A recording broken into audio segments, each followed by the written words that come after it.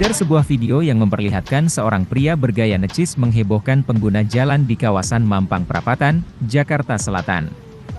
Video tersebut viral di media sosial setelah diunggah oleh akun Instagram Jakarta_terkini.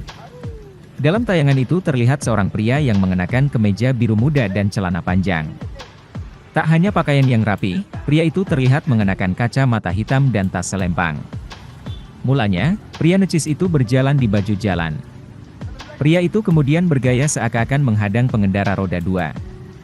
Ia juga terlihat bergumam dan sesekali berteriak kepada pengendara yang melintas.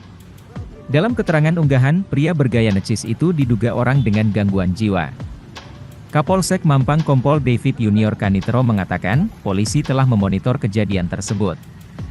Kini, anggota Polsek Mampang sedang mencari keberadaan pria necis itu di sejumlah titik. Selain itu, polisi pun telah berkoordinasi dengan Dinas Sosial untuk menemukan sosok pria necis tersebut.